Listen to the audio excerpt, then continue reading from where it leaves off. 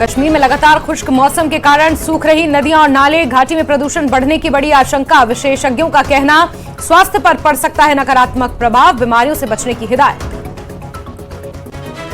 घाटी में 24 जनवरी तक खुश्क मौसम जारी रहने की संभावना। कुपवाड़ा में अगले 2 दिनों में हो सकती है हल्की बर्फबारी। श्रीनगर में दिन का तापमान सामान्य से ऊपर। चिल्ड्रन हॉस्पिटल बमना बाईपास के 40 से अधिक दुकानदारों का एसडीएम और एसएमसी पर जबरन दुकानें हटाने का आरोप। स्ट्रीट वेंडर्स एक्ट के तहत मिलने वाली कानूनी सुरक्षा पर रोक लगाने की मांग। जम्मू में अतिक्रमण के खिलाफ सख्त कार्रवाई। विभिन्न बाजारों में अतिक्रमण विरोधी मेगा अभियान। काटा गया चालान, दुकानदारों को कई बार दी गई थी चेतावनी।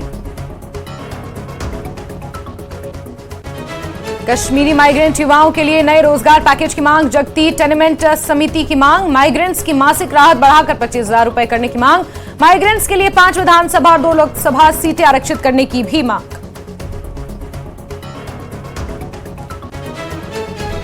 कठुआ में नशे के खिलाफ महिलाओं ने खोला मोर्चा। गांव में देर रात तक लाठी लेकर देती हैं पहरा। सीआरपीएफ तैनाती की मांग।